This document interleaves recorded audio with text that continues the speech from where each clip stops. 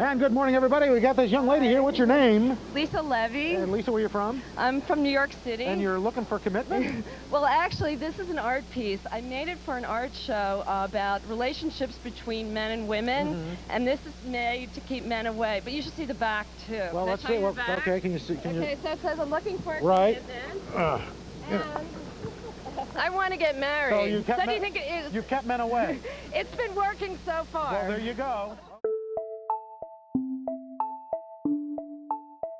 I'm all about like making sure Phil's happy because he really wanted this wedding. This is his thing, blah blah blah. He comes to all my shows. He carries my couch, blah blah blah. So I've been. My couch.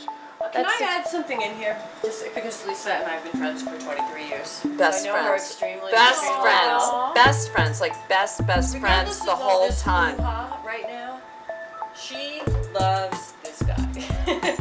But loving somebody and wanting to get married are two different things. And having a big wedding like this is a whole other thing.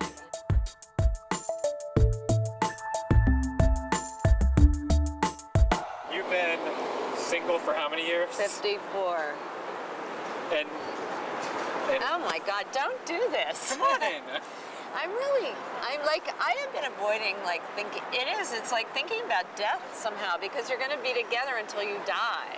He asked her continuously since he's known her, like when he lived on Horatio Street, he told me that he really wanted to marry her, and did I think that she would? And I did. That was like 8 years ago. Now I feel bad and I have to get him something really nice for the wedding. This says Valentine's Day is just another way of society saying fuck you to people like me. I think that Lisa really didn't want to be that girl in the white dress. She didn't want to be defined by that. She didn't want to be pinned down. I remember a piece of art of hers that I have in my house that is a bride on a little pedestal and it says, I can't live up to this.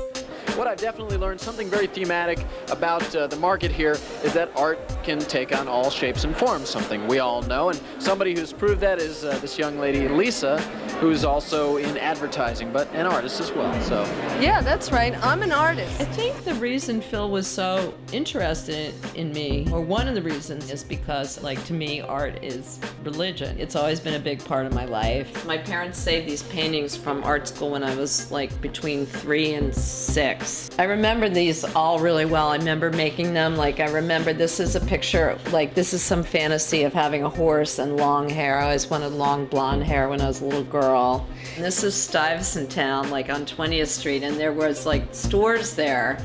And this says cake store, because I always like cake. And everybody has really long hair. And this is one of those bouffants from the 50s. And that's my brother. And my mother and him are connected, and I'm hiding under the table.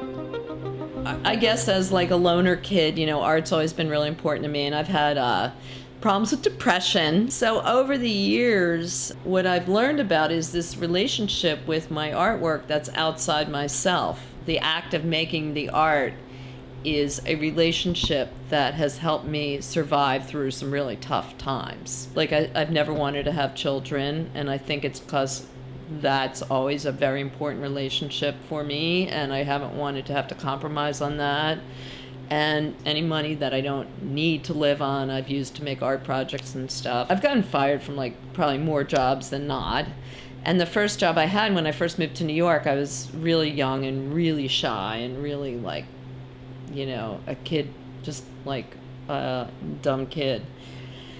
And I had this job, which would have been an internship now, making photostats, and I got fired after 11 months. And I remember that day I went to the Whitney Museum.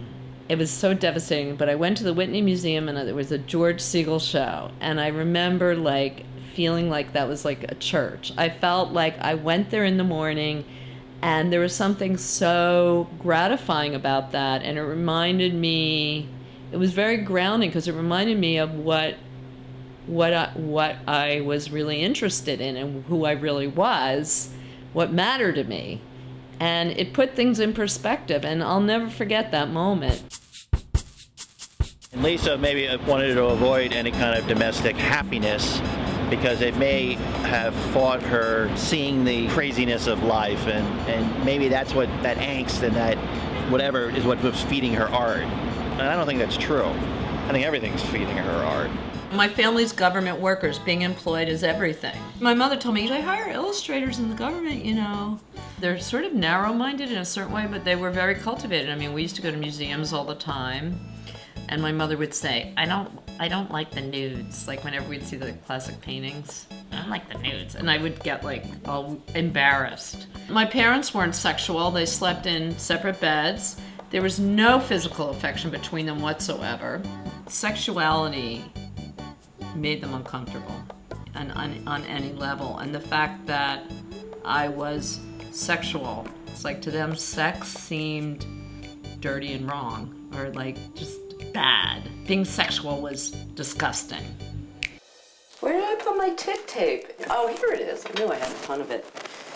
My doctor gave me this when I had cancer. But since it's been 2 years now, I'm kind of over it, back to my normal self. Wait, do you have to go back though and like get checkups? Yeah, I go back every 6 months, and I have to take tamoxifen every day. What does that do? I think it makes your pussy really dry. I think menopause makes your pussy really dry, and this makes your pussy even drier. When you're something public, you're shaping your persona, you're shaping who you are, and you have control over it. And I think there's a way in which this is about something bigger than Lisa, at least, and certainly something bigger than Lisa and Phil together. I think it's about, you know, it's all of us kind of coming together and celebrating them, and that brings a lot of pressure. I think that's really terrifying in a lot of ways. So I wanted to have my own party besides the wedding, so I didn't have to have like a girly shower or something. And what are you doing right now? I'm cutting up these pot cookies because I'm afraid to give people whole pot cookies because they'll get really trippy and they'll panic and blame me, or I'll feel bad. It's almost 7. What time does this thing start? If Phil was doing this, it would be a hell of a lot neater. Phil is very good at doing things neatly. Ew. See what I mean? When I first started dating Phil, I was doing this project called Art Space Available, and I had this whole window, part of Art in General downtown, and Phil helped me install the window, and I realized like I was cutting all these things out and doing all this handwork, and Phil offered to help me, and I was like, yeah, he's just gonna fuck it up. And then I realized he started working on it. Phil is way better at studio skills than I'll ever be. And so it really, like in the beginning, he really helped make all my work a lot better. I haven't gotten into costume yet. I knew you were gonna say something about that. Like this thing. I know I'm not supposed to be funny with you. This is good. It's distracting me from actually worrying whether anybody shows up or not. She was really nervous about introducing him to me, which was odd because she'd never been that way before about a guy. We were at a gallery and Phil was coming into the city. He lived in New Jersey at that time to meet Lisa, and I was going to meet him for the first time. And she prepped me in this way, like, don't expect anything. And then when he walked in, I was like, wow. And I knew. I can't explain that. It seemed really right. I didn't want Phil to tell anybody that we were engaged. I'd be on the phone with somebody, like one of my friends, and we'd be talking, and then I'd be like, oh yeah, Phil asked me to marry him. And then they'd go like, what? A lot of what I think gets lost in the excitement of wedding planning and the kind of cultural excitement around it is you're supposed to be so happy, it's supposed to be so wonderful, and what do you do if you've never seen yourself as that person? I think you can't underestimate how terrifying that really is, and I think it's something that you don't really acknowledge to yourself until suddenly everyone's like, aren't you excited, isn't this great? And you're like, okay.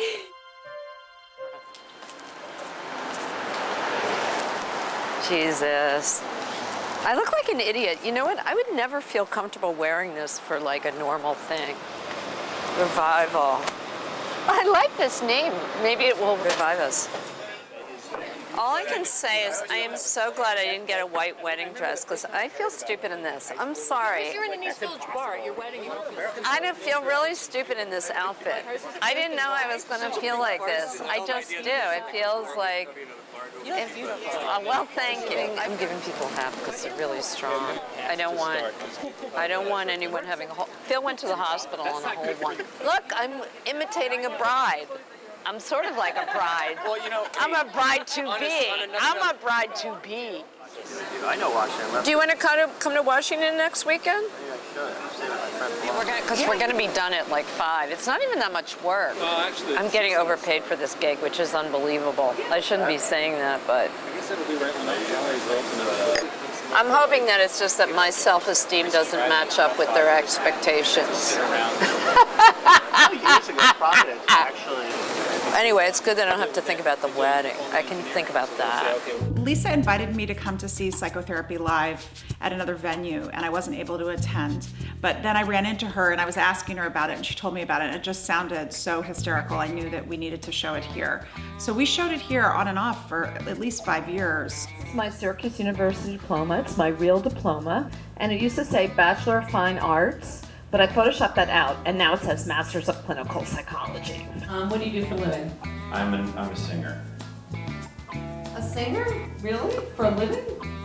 That's unheard of. And everyone. Are you supposed to be making me feel better? Yeah. It's an ego thing where you're like, I don't want to be part of this because I'm like smarter than you guys, which you probably are. That's how I acted the whole first year I was working there. You would think people wouldn't want to be on a couch in front of a room full of people and saying things that are personal, but they do. And so there's an outrageousness to it, and then there was also an outrageousness to the way that Lisa interacted with them and the way that she was able to provoke them into bringing these things forward. Here's what I'm thinking. I'm thinking this relationship lacks a sense of self. I have these prescription pads, right? And I give everybody a prescription, and a lot of times it's just like a helpful hint. It doesn't necessarily mean drugs.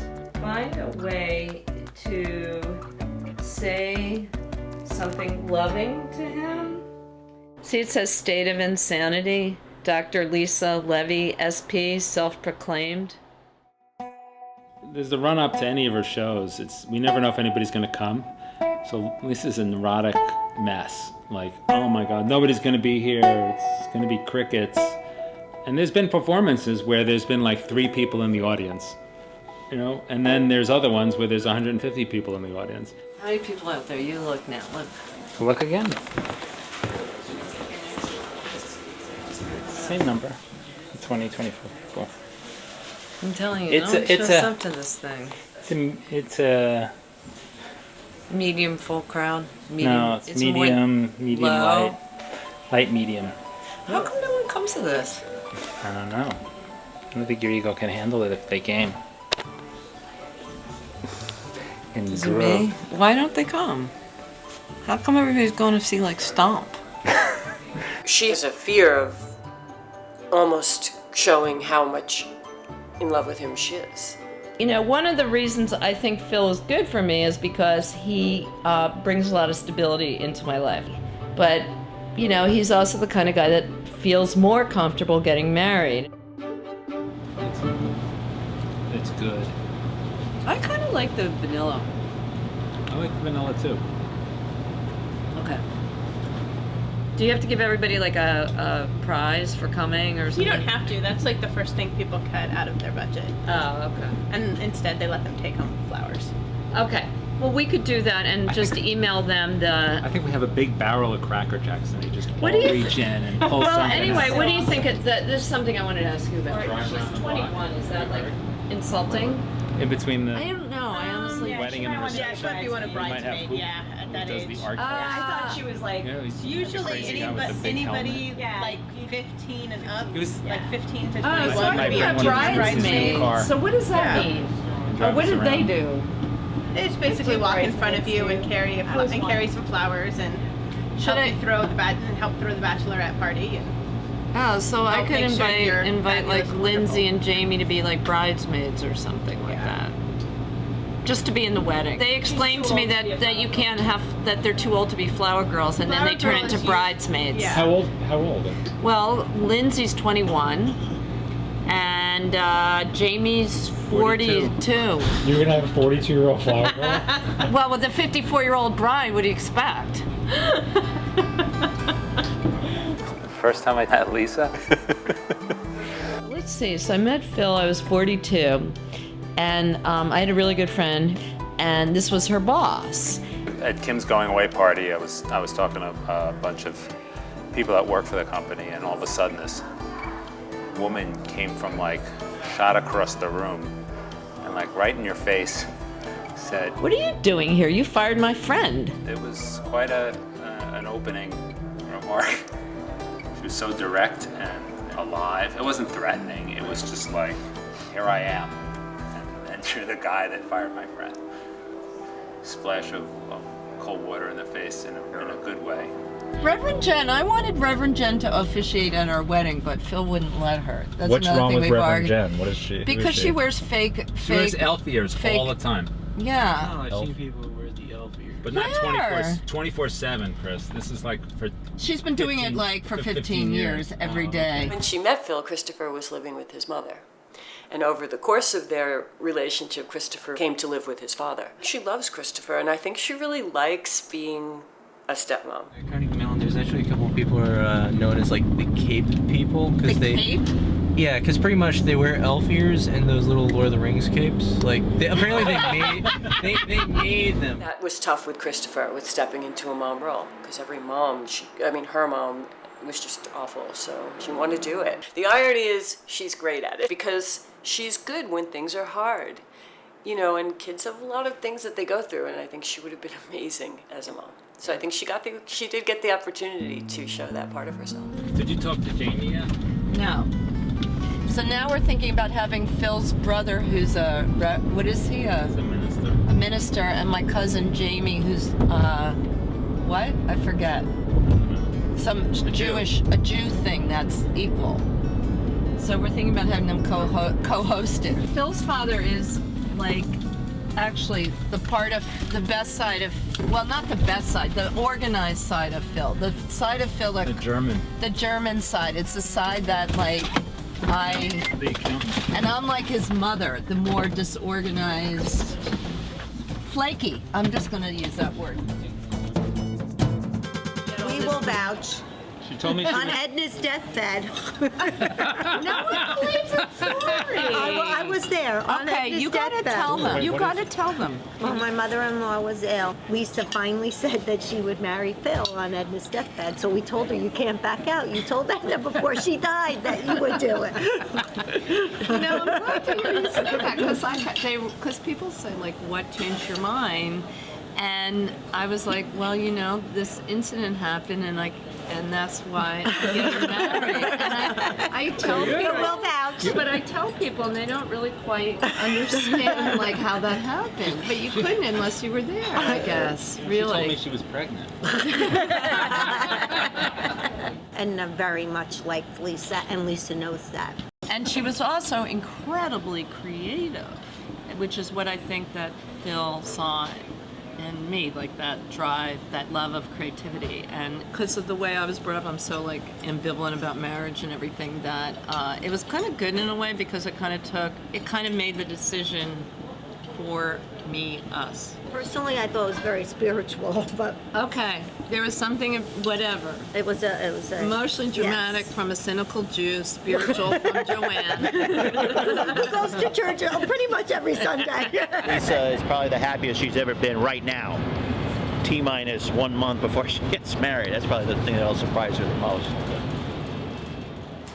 They're gonna check my tits. Make sure nothing bad has happened to them in the last 6 months. This isn't nearly that scary though, because I haven't had a mammogram for them to look at. Like when they have the mammogram first, and then they tell you they have more information. So I'm hoping this is fairly routine, and they're just gonna look at it. The cancer diagnosis was, that's as bad as it gets, you know. She handled that really well. It's been 2 years, and I know they follow you closely after 5 years. I'm also in a research study on radiation, so I also have to have my breasts checked. I have to check in with them every 6 months because of the study. The wedding's like 9 days away, and I had this appointment set up like 6 months ago, so, I hope, yeah, of course it's nerve-wracking. I think anytime you go to the doctor, it's nerve-wracking.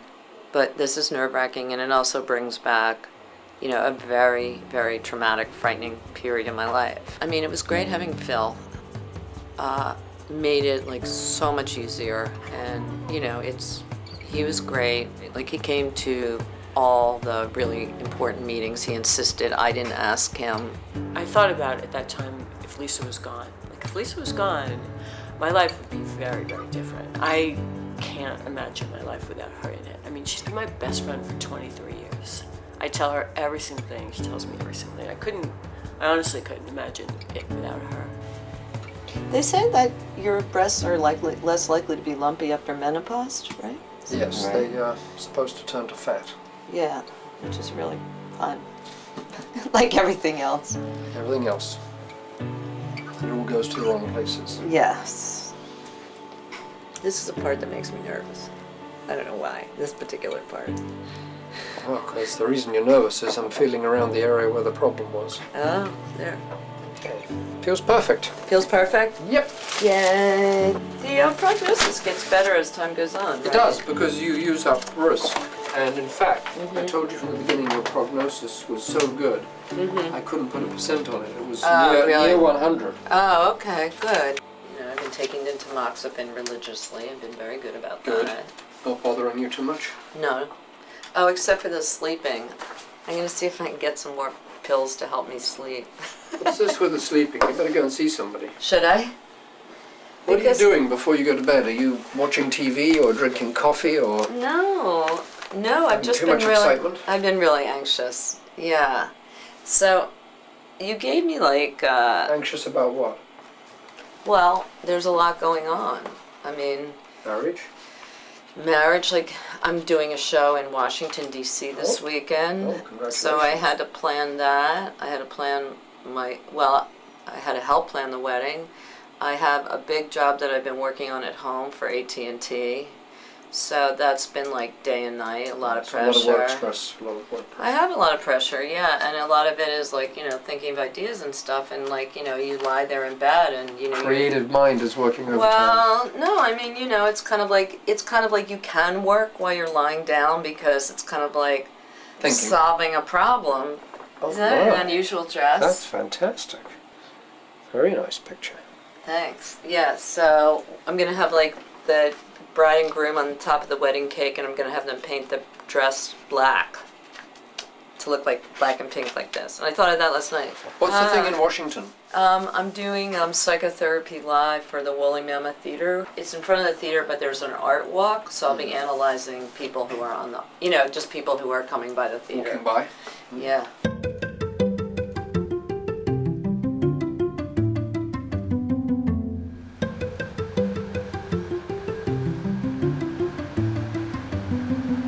This is like a disaster.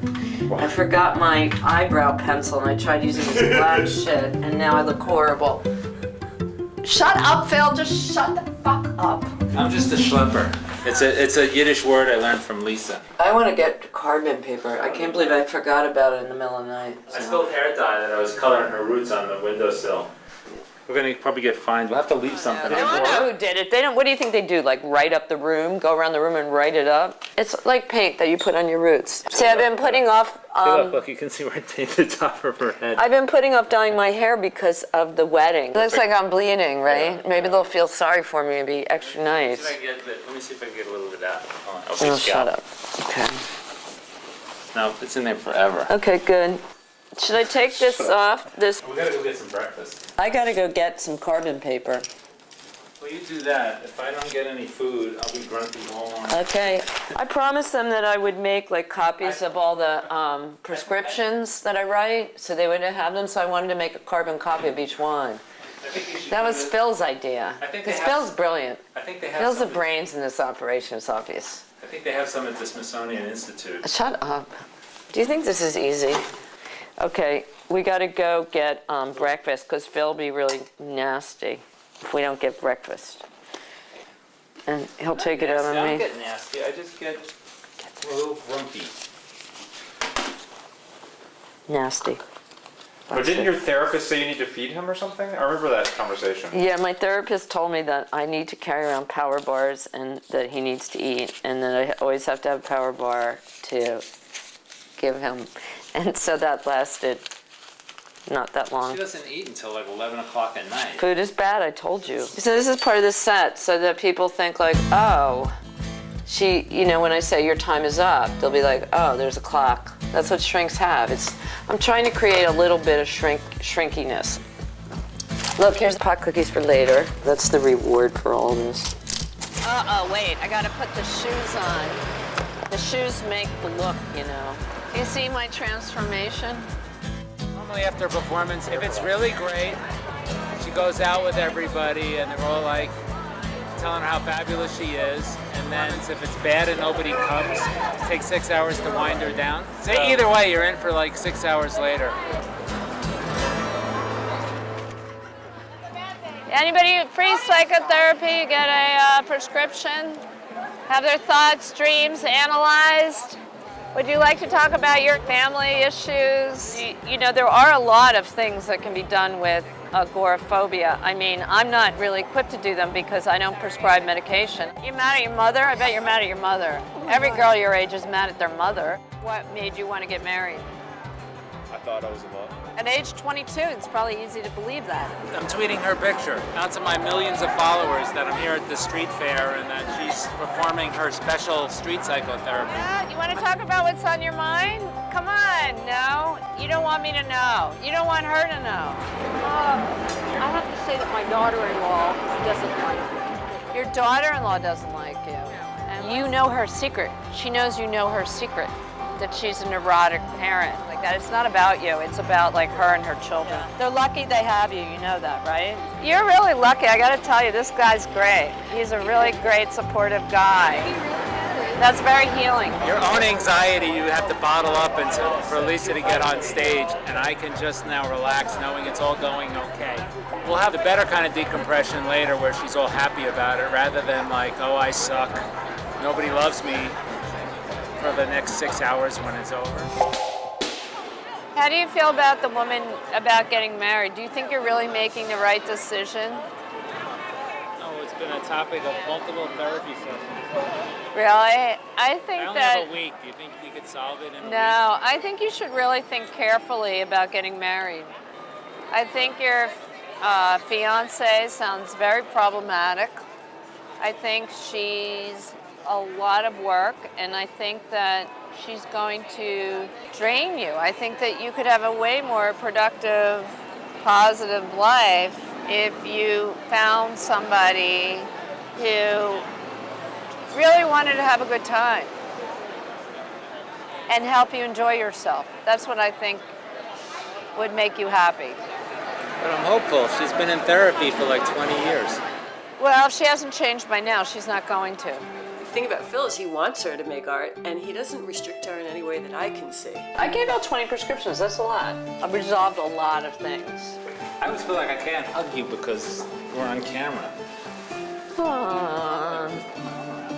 Aww, look how sweet that is. Are you proud of me, Phil? Yeah, of course. You are? Yeah. That's so awesome. You're proud of me. I didn't know that. I'm so happy. Because of the relaxed state of mind, I think marriage may put her in a sense of security. She might even be freer to do even more great art. I got a fan email.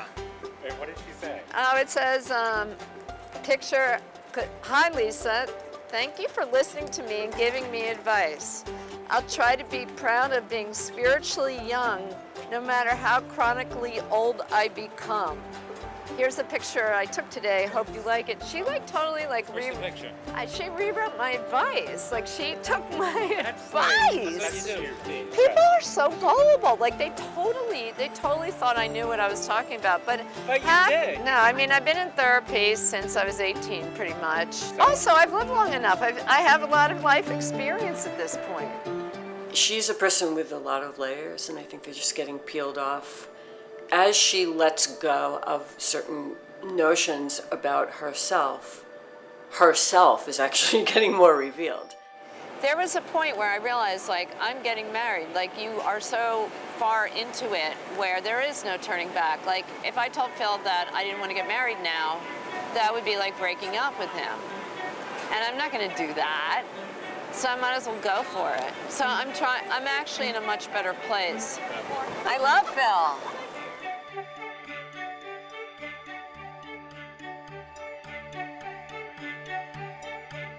These are first cousins, okay? Right, So right. their fathers were brothers. We got with married Lisa's early. father. So it's like there's got to be some trait that's an inherent characteristic of the Levy family that's like no, the that's true. commitment thing. Do you understand it took your father how many years? 11 years to ask your mother to marry Yeah, you. but It because took of my no father. money, because that was because of the war. It's genetic. You're saying it's genetic. It's genetic. It's genetic. It's the maid of honor. Hi. Hi. Yeah, I went into the couples therapy with Phil and my shrink, and I was like, I don't think I can get married. I can do this. Yeah. And I wasn't kidding, right, Margot? No, you Tell him.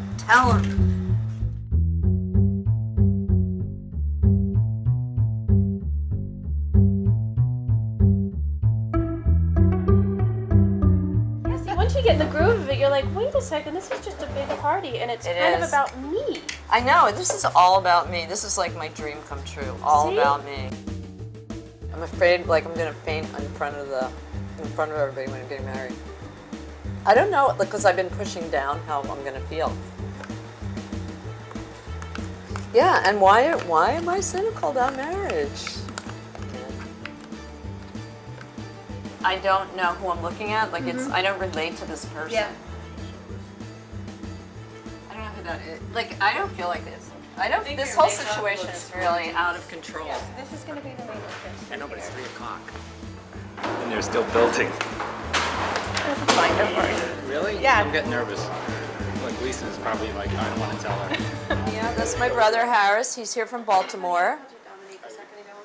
Okay, you look great. Your hair looks great. I can't believe this is so surreal. Is it weird? It's weird, right? Yes. It's weird for you, right? Is it weird to you? It's different. Harris is giving me away. Aww. Harris is getting rid of me. Wait, Harris is so happy to get rid of me. Harris is so happy to get rid of me. Oh, it's not my I'm gonna start reaction. crying now. I can't take it. You're waterproof. I'm totally overwhelmed with all this attention. This is crazy. That's going to be Is this good? Yeah. The bracelet's good, right? I like it. I'm feeling like I don't want to come out of this room a little bit. That's how I feel. I feel like everything's safe right now, but if I leave this room, there's going to be like, the insanity will begin, and I'm a little afraid of that. It's making me a little nervous that it's happening late, but it looks awesome.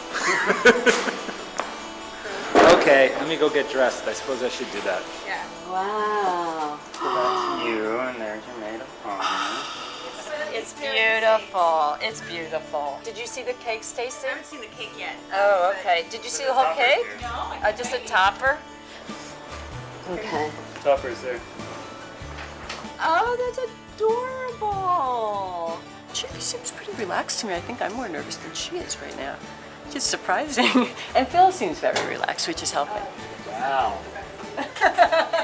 I'm never going to look this good again. So you're going to be, this is it. dressed, You're going to be okay. disappointed after this. Phil's not dressed. He's such a procrastinator. Lisa didn't think she was going to get married, but Lisa's the marrying kind. I know that's a really odd thing to say, and she'll hate me for that. Okay. I'm going to like freak out. Oh my God, I can't believe this is fucking happening for real. It was important for us to get married at Here Art Center because it was really the first place where we really kind of connected in art in the same space. After a play, I'd seen one of her artworks. Coming out of the basement was text on the steps. And I had just met Lisa like, I don't know, maybe a week earlier. It seemed so familiar, this sense of humor, that I went and looked at who did it, and it was Lisa. I'm speechless. I don't really have words about how like great this is. And I love it. It feels almost like you're outdoors in here. It feels like you're in a tent at night, which is so cool because it makes the space feel really intimate. You want to practice the kiss? No, I was just talking about how I don't want to kiss anybody because I got all this makeup on and I don't want to kiss anybody. I don't want to kiss anybody. Do you want some? Yes. It's called swimming pool. Excellent. It is. Oh, come on! It'll fade, it'll fade. Lisa and Phil are getting married today. You could say that they have gotten carried away. Their vows are splendid, the dress is fine. Thank God Lisa got here in time. Lisa. Let her go. I'm not. Oh my God, I don't know what's going to happen. I don't know what's, wait, I got to like calm down. I got to like, okay, I got to like. I still get to call you Aunt Lisa for the day, right? Yeah, call me Aunt Lisa, that's fine. No one's ever called me Aunt Lisa. Oh my God, this is really happening. This is not a joke.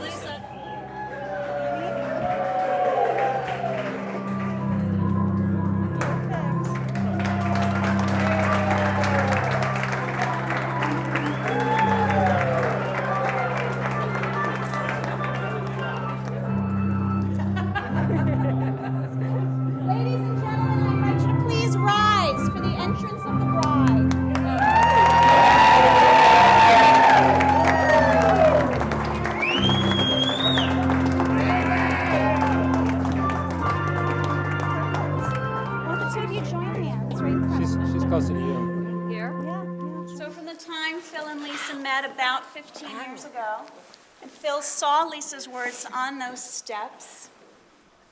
Now they're taking the next step. Are we ready for a wedding ceremony this afternoon? Good afternoon and welcome to Here. Here we are to witness, bless, and celebrate the marriage of Phil and Lisa. You have been invited here today because you are a part of their community of artists, creators, lovers, philosophers, rebels, and you have supported this couple and encircled them with your love. And it is in your presence that they wish to marry today. So thank you, everybody, for surrounding them, quite literally, in this circle of love, because it's one that's based in friendship and creativity, collaboration, support, and passions. You're going to exchange your wedding vows. Now, I always think ladies first, but in this case, the lady is going to receive first. So, Phil? Take your time. Get with it. Yeah, I'm waiting. Lisa, when I first saw you, I was smitten, and I'm still smitten a dozen years later. You've opened my eyes that life can be a big art project. You've helped me express what I kept unspoken. You've helped me care for the people I hold dear. And you've made sure that settling down with you would never mean settling down. So today, in front of our wonderful friends and family, I promise to dream with you, to applaud for you, to fear for you, to care for you, to be brave for you, and to love with you, and to share my life with you. I can't do this. Okay, all right. Any vows I would be making here, I've already made to you a long time ago. I would like to say in front of, oh no, I'm gonna lose it. Okay, I'm gonna do this, okay. I would like to say in front of our gathered friends and family how unequivocally you have been the best thing that has ever happened to me. You are the life partner who has given me the love, security, and belief that has healed me and allowed me to grow and flourish. Oh, God. I know that we will be together through thick and thin, better or worse, passion and hatred, because we already have. I hope I will continue to be worthy of the gift of yourself that you are giving me. Do you each come here freely and without reservation to be married today? Now, if so, I would like you to answer to each other and everyone present, I do, and yes, you must answer now.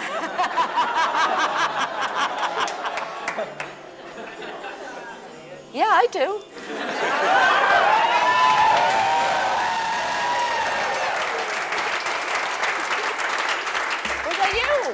I do too.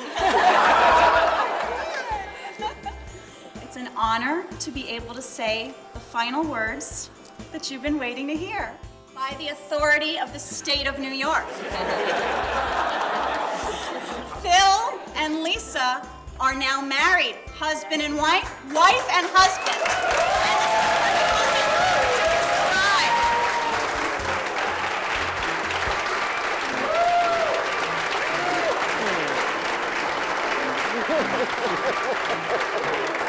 You did it. You did it. I did it.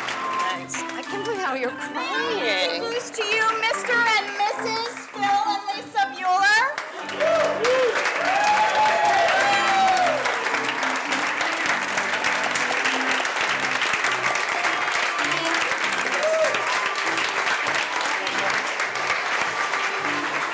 We did it. Holy shit. We're fucking married. Oh, yeah. Okay, Margot's giving a toast. All right, thank you. Through the tough times, through the hard times, things were really difficult. She was always there for me, and I hope I was always there for you. Absolutely, I wouldn't be here right now. And I want to say that Phil, I couldn't, for my best friend, I could not imagine a better man for her to marry. This is an honest testament to love. I think it's a statement in vulnerability. Lisa, you, okay? End of story. And Phil, you've always been there for Lisa, and I think it's so beautiful. One more kiss. One more. One more kiss.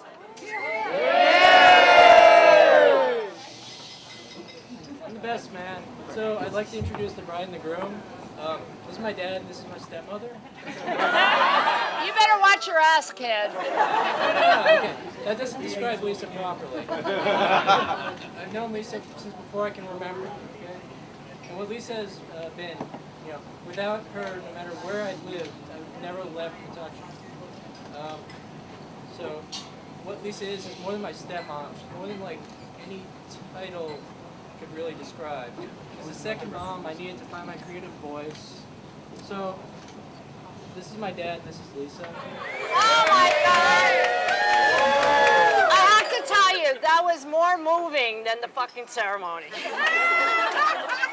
I love you, Christopher. I love you so much.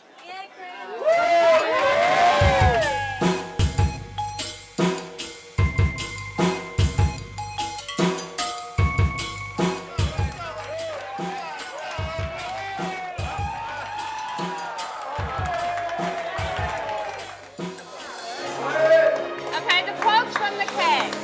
This is Phil. She won't shut up. I'm just going to have to kiss her. That was the next one says, I want to be with a guy who was crazy about me. That's me. That's very good advice for any. No poison. All right, 1, 2, 3. Smile.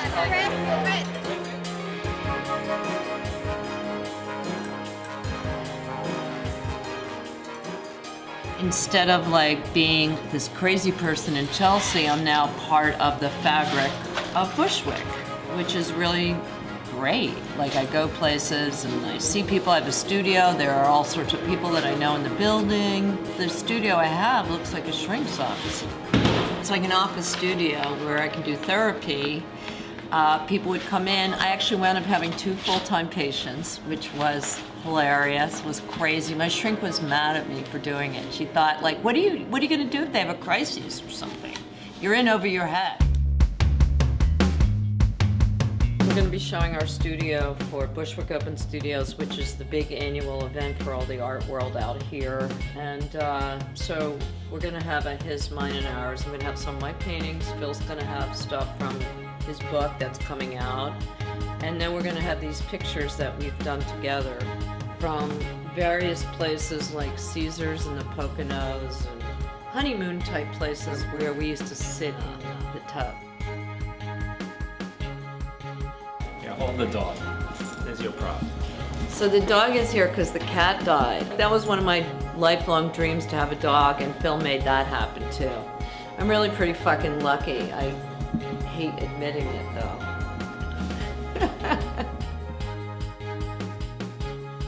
I've been doing this 10 years. I've had so many patients. I've had 2 full-time patients. I've saved marriages in like 10 minutes, shit like that. So this is done pretty well. I call it my self-portrait.